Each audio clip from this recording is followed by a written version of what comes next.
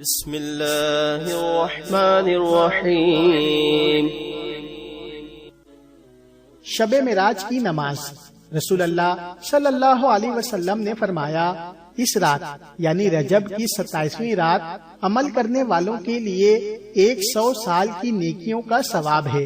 جو آدمی اس رات 12 رکعت نماز پڑھے، ہر رکعت میں سورہ فاتحہ اور قرآن پاک کی کوئی دوسری سورت پڑھے، ہر 2 رکعتوں کے بعد تشہد پڑھے اور آخر میں سلام پھیرے، اس کے بعد یہ کلمات 100 بار پڑھے، سبحان اللہ والحمد للہ ولا الہ الا اللہ واللہ اکبر، 100 مرتبہ استغفر اللہ پڑھے، 100 مرتبہ درود شریف پڑھے، اور اس کے بعد اپنی دنیاوی و اخروی امور کے لیے جو دعا چاہے مانگے۔